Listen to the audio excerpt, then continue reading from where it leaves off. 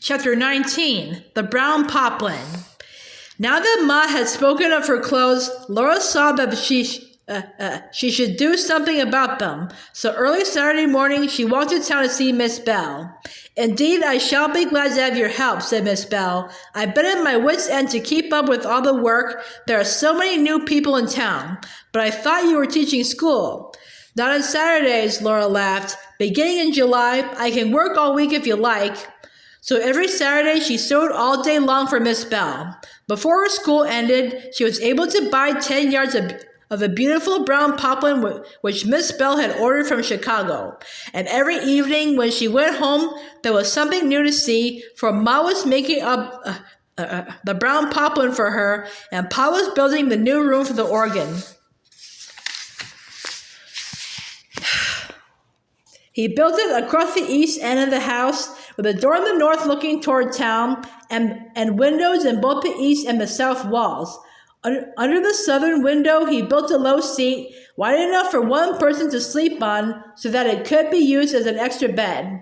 One evening, when Laura came home, the new room was complete. Pa brought the organ. It stood against the north wall by the door.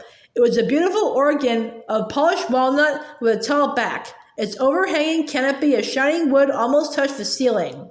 Beneath that, 3 perfect little mirrors of thick glass were set into the rich walnut, and on either side of the music rack was a solid shelf for a lamp. The slanting music rack was of open woodwork cut in scrolls and backed with red cloth. It lifted on hinges and revealed behind it a storage space for songbooks. Beneath this, the long, smooth lid folded back into the organ, or unfolded and dropped down to cover the rows of black and white keys. Above the keys was a row of stops, marked tremolo and forte and other names that changed the tone of the organ when they were pulled out. Underneath the keys were 2 levers that folded back against the organ, or opened out so that a player's knees could work them. Pressed outward, they made the music louder. Just above the floor were 2 slanting pedals covered with carpet that a player's feet must press down and let up to pump the organ. With this beautiful organ, there was a walnut stool. It had a round top standing on 4 curved legs. Grace was so excited about the stool that Laura could hardly look at the organ. Look, Laura, looky, Grace said, as she sat on the stool and whirled. The top of the stool worked on a screw, and it rose or sank under Grace as she whirled. We must not call this the claim shanty any more, said Ma. It is a real house now with 4 rooms.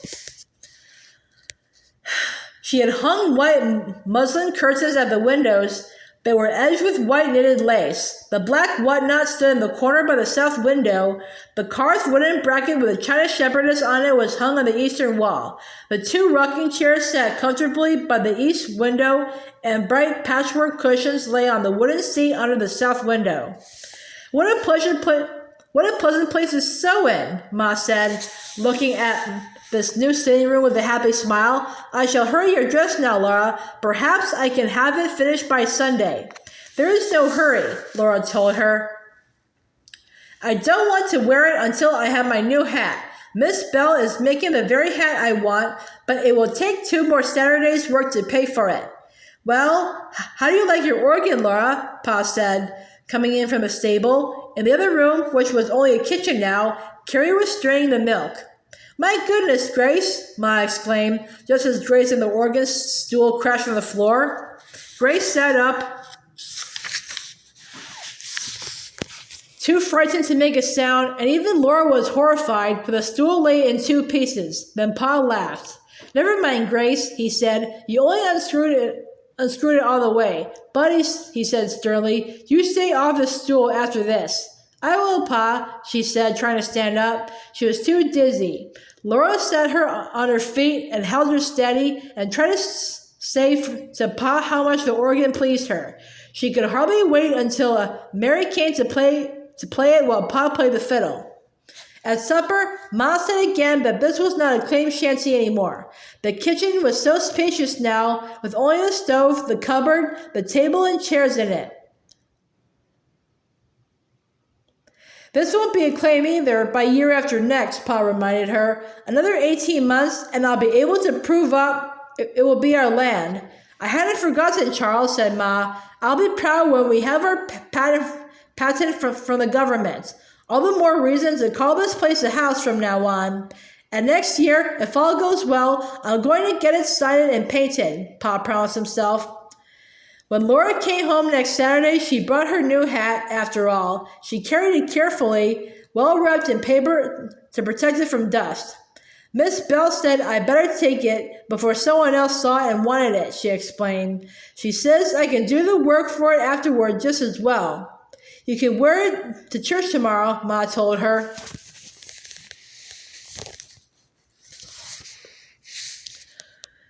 For I have your dress finished. The brown poplin was laid out on Laura's bed, all pressed and shimmering for her to see. Oh, let's see your hat too, Carrie asked, when they had all admired the dress, but Laura would not unwrap it. Not now, she refused. I don't want you to see it until I put it on with the dress. Next morning, they were all up bright and early to have time to get ready for church. It was a fresh, clear morning. The meadowlarks were singing and the sunshine drinking the dew from the grass. All ready in her snatched Sunday lawn and Sunday hair ribbons, Carrie sat carefully on her bed to watch Laura dress. You do have beautiful hair, Laura, she said. It isn't golden like Mary's, Laura answered. By the sunshine as she brushed it, her hair was beautiful. It was fine but very thick and so long that the shimmering brown length of it, unbraided, fell below her knees. She brushed it back satin smooth and coiled it and pinned the mess of braids.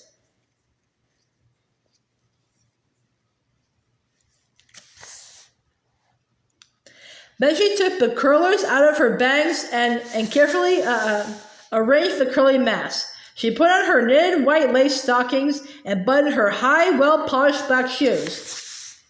Then carefully over her under petticoat she put on her hoops. She liked these new hoops. They were the very latest style in the East, and these were the finest, first of the kind that Miss Bell had got. Instead of wires, they were wide tapes across the front, almost to her knees.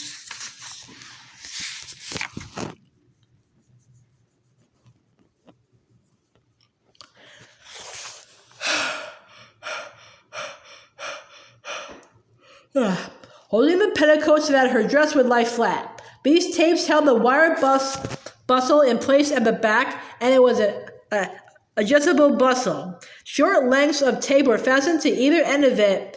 These could be buckled together underneath the bustle to puff it out, either large or small. Or they could be buckled together in front, drawing the bustle down close and back so that a dress rounded smoothly over it. Laura did not like a large bustle, so she buckled the tapes in front.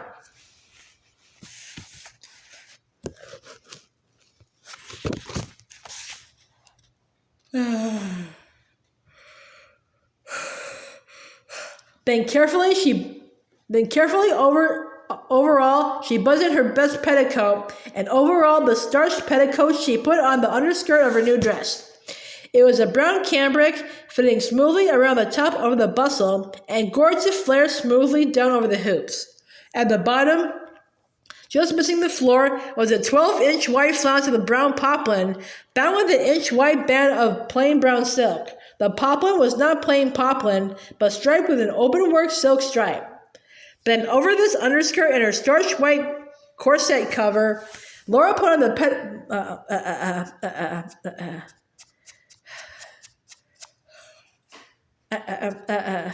polonaise. Its smooth, long sleeves fitted her arms perfectly to the wrists, where a band of the plain silk ended them. The neck was high, with a smooth band of the plain silk around the throat. The polonaise fitted tightly and buttoned all down the front with small round buttons covered with the plain brown silk. Below the smooth hips it flared and rippled down and covered the top of the flounce on the underskirt. A band of the plain silk finished the polonaise at the bottom. Around the bottom brown silk neckband, Laura placed a blue ribbon 2 inches wide. She pinned it together at her throat with a pearl bar pin that Ma had given her.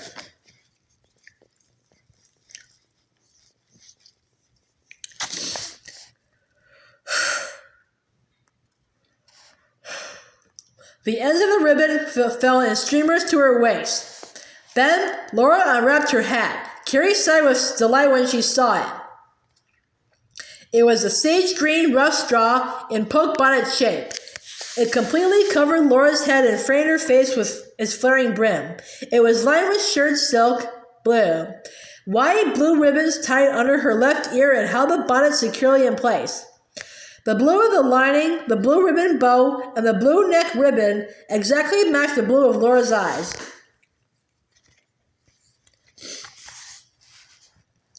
Pa, Ma, and Grace were ready for church when she came out of the bedroom with Carrie following her.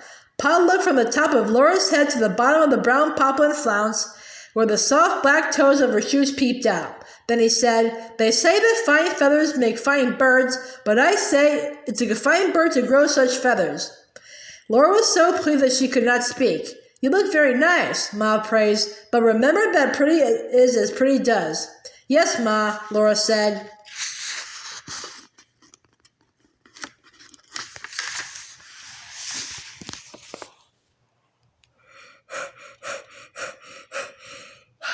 "That's a funny hat," said Grace. "It isn't a hat, it's a poke bonnet," Laura explained to her. Then Carrie said, "When I'm a young lady, I'm going to earn me a dress just exactly like that." "Likely you'll have a prettier one," Laura answered quickly, but she was startled. She had not thought that she was a young lady. Of course she was, with her hair done up and her skirts almost touching the ground. She was not sure she liked being a young lady. "Come," Pa said, "the team is waiting, and we'll be late to church if we don't hurry." The day was so pleasant and sunny that Laura hated to sit in the church, and Reverend Brown's long sermon seemed even duller than usual. The wild prairie grass was green outside the open windows, and the light wind enticed her as it softly brushed her cheek.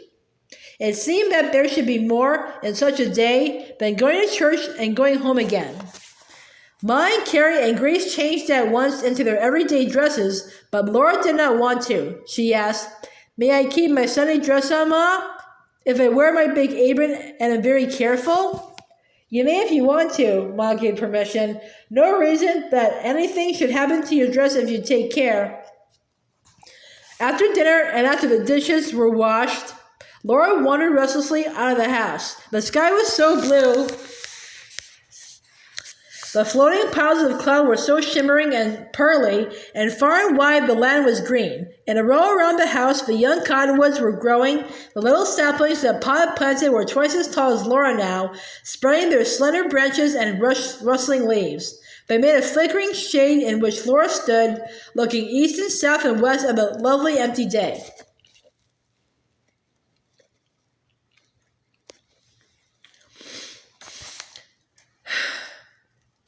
She looked toward town, and while she looked, a buggy came dashing around the corner by Pearson's livery barn and out along the road toward the big slough.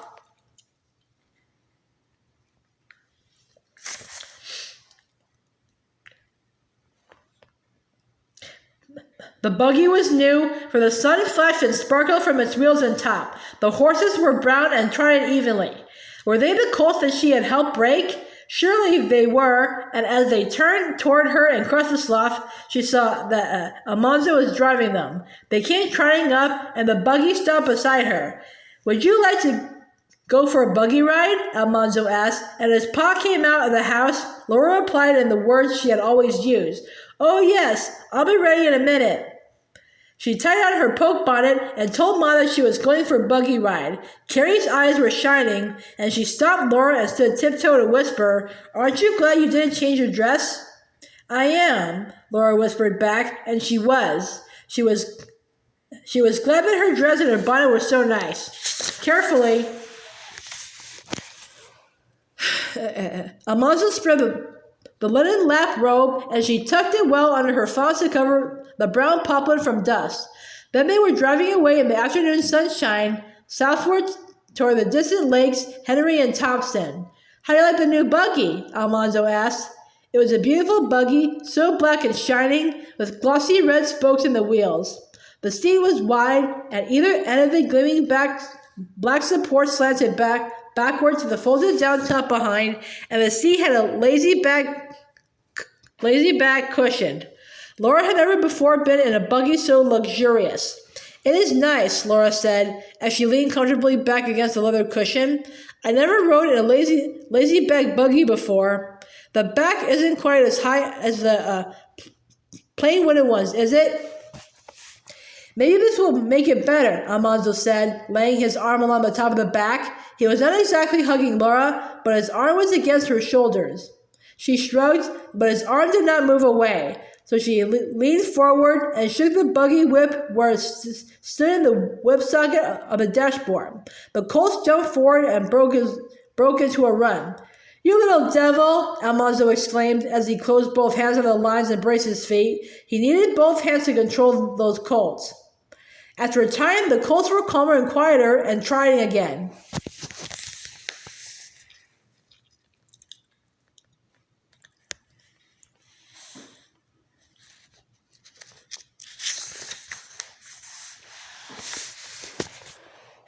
Suppose they had run away, Almanzo then asked her indignantly. They could run a long way before they came to the end of the prairie, Laura laughed, and there was nothing to run against between here and there. Just the same, Almanzo began, and then he said, You're independent, aren't you? Yes, said Laura. They drove a long way that afternoon, all the way to Lake Henry and around it. Only a narrow tongue of land separated it from Lake Thompson. Between the sheets of blue water that was width enough only for a wagon track. Young cottonwoods and choke cherry trees stood slim on either side above a triangle of wild grapevines. It was cool there. The wind blew across the water, and between the trees they could see the little waves breaking against the shore on either side. Almanzo drove slowly as he told Laura of the 80-acre fields of wheat he had sown and the 30 acres of oats. You know, I have my homestead and my tree claim both to work on, he said. Besides that, Cap and I have been hauling lumber for a long ways out around town to build houses and schoolhouses all over the country. I had a team to earn money for this new buggy. Why not drive the one you had? Laura sensibly wanted to know. I traded that on these colts last fall, he explained. I knew I could break them on the cutter in the winter, but when spring came, I needed a buggy. If I'd had one, I'd have been around to see you before this. As they talked, he drove out from between the lakes and around the end of Lake Henry, then away across the prairie to the north. Now and then they saw a little new claim shanty. Some had a stable, and a few a broken sod nearby. This country is settling up fast, Almanzo says. They turned west along the shore of Silver Lake and so toward Pa's claim. We have driven only 40 miles and we must have seen as many as 6 houses. The sun was low in the west when he helped her out of the buggy at her door.